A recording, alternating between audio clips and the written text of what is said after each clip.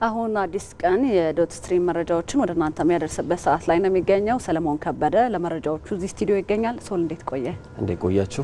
እንግዲህ አስቀድመን ያስተዋወቅናቸውና ሌሎች መረጃዎችን ይዘን ተገኝተናል።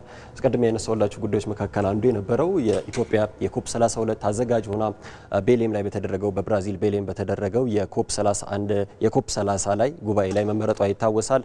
ይህም እንግዲህ በተለይ አፍሪካውያን በዛ ጉባኤ ላይ ሲሳተፉ በአንድ ድምጽ ኢትዮጵያ ተወክለናለች፣ ኢትዮጵያ የአፍሪካን ድምጽ የአፍሪካን አጀንዳ ታሰማለችና በኢትዮጵያ እንገናኝ፣ በኢትዮጵያ ኮፕ 32 ይደረግ የሚለውን አሰምተው ነበር።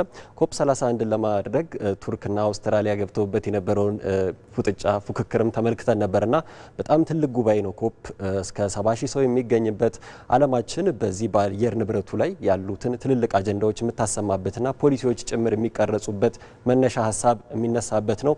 ኢትዮጵያ ይህንን ኮፕ 32 እንድታዘጋጅ ከመመረጧ ጋር ተያይዞ በርካታ ሀገራት የእንኳን ደስ አለሽ መልእክትን እያስተላለፉላት ይገኛሉ። ከነሱ መካከል በትናንትናው ዕለት እስራኤል በውጭ ጉዳይ ሚኒስትሯ ጌዲዮን ሳር በኩል እንደዚሁ የእንኳን ደስ አላችሁ መልእክት ተላልፏል። ከዛም ባለፈ እስራኤልና ኢትዮጵያ ባላቸው የረጅም ጊዜ ታሪካዊ ግንኙነት በልማት በኢኮኖሚ በተለያዩ መንገዶች ሁለቱ ሀገራት ባላቸው ትብብር ላይም ሁለቱ የውጭ ጉዳይ ሚኒስቴሮች እንደመከሩ ነው የተሰማው። ከዛ ባለፈ ግን በዋናነት የኮፕ ጉዳይ ኢትዮጵያ በተለይ ከቅርብ ጊዜ ወዲህ በዓመት በጣም በርካታ የሆኑ ጉባኤዎችን እያስተናገደች ትገኛለች።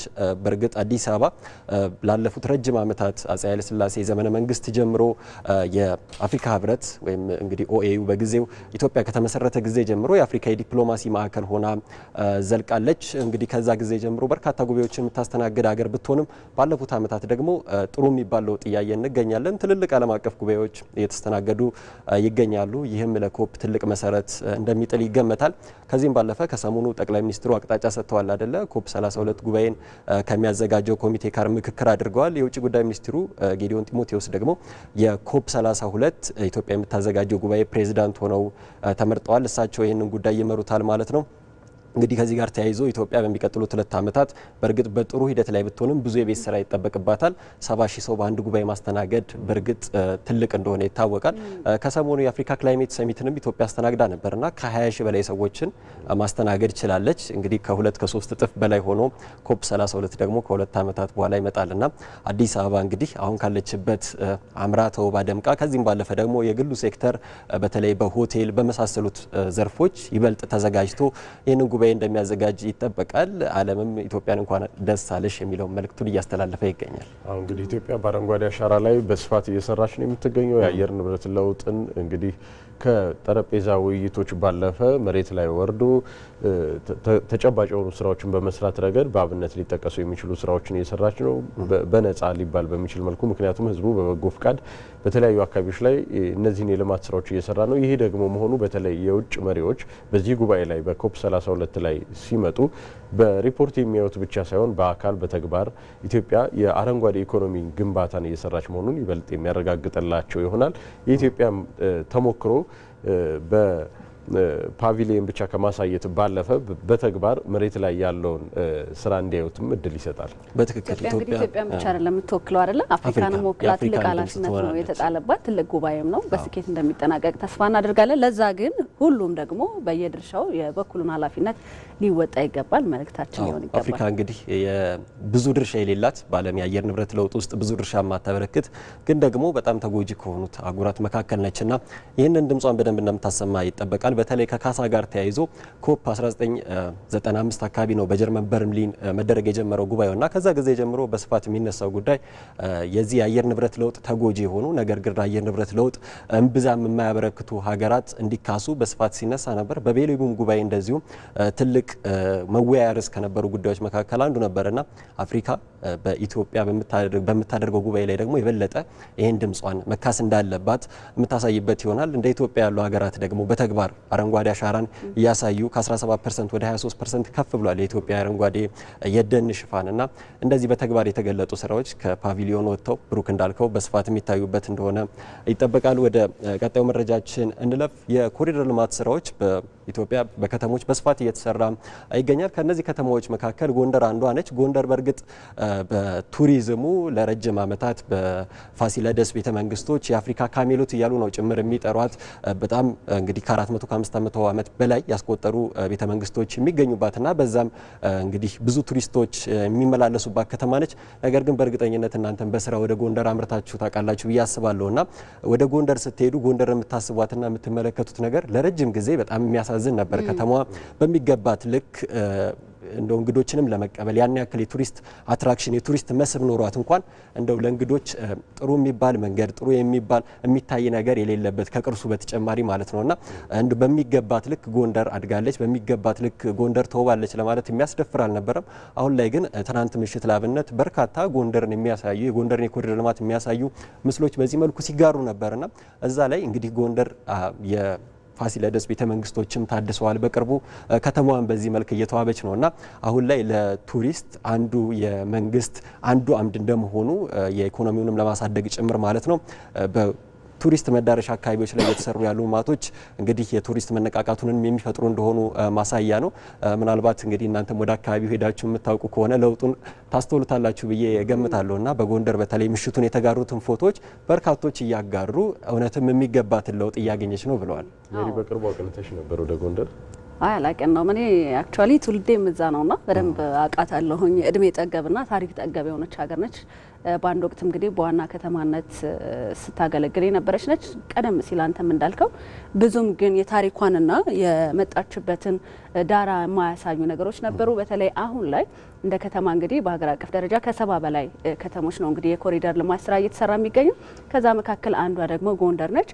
አሁን ደግሞ መጪው ጥቅምት ላይ ደግሞ ጥር ላይ ደግሞ የጥምቀት በዓል እንግዲህ በጎንደር በጣም በጉጉት የሚጠበቅ ነውና ያ ደግሞ የበለጠ እንድትዋብና ከፍ ያለ ታሪኳንም እንድታሳይ እድል ይፈጥርላታል ብዬ አስባለሁ። አሁን ላይ ኢትዮጵያን አይደለም ወደ ጎንደር አቅኝቶ በፋሲለደስ ግንብ ላይ ነው እንግዲህ ፕሮግራሙን እያካሄደ የሚገኘው። ይህ ደግሞ በተለይ ደግሞ ባህሏን ታሪኳን ከማስተዋወቅ ረገድ ከፍተኛ የሆነ አስተዋጽኦ ይኖረዋል ብዬ አስባለሁ። በዚህም ነዋሪዎቹ ደስተኛ እንደሆኑ እኔ በቅርበት ለመናገር ይችላል። በስራ አጋጣሚ ወደ ጎንደር ያቀናሁበት አጋጣሚ ነበር። ከዚያ በፊትም አውቃት ነበረ ጎንደርን። በትምህርትም ዓለም በተለያዩ አጋጣሚዎች ጎንደርን በአእምሮ ወይም በእዝነ ህሊናችን የምንስላትና መሬት ላይ ያኔ ሄደን ስናያት ትንሽ የተለያዩ ነገሮች ነበሩ። ምክንያቱም እድሜ ጠገብ መሆኗን ታሪክ ጠገብ መሆኗን እናውቃለን። መሬት ላይ የነበረው ሁኔታ ግን ያልነበረም።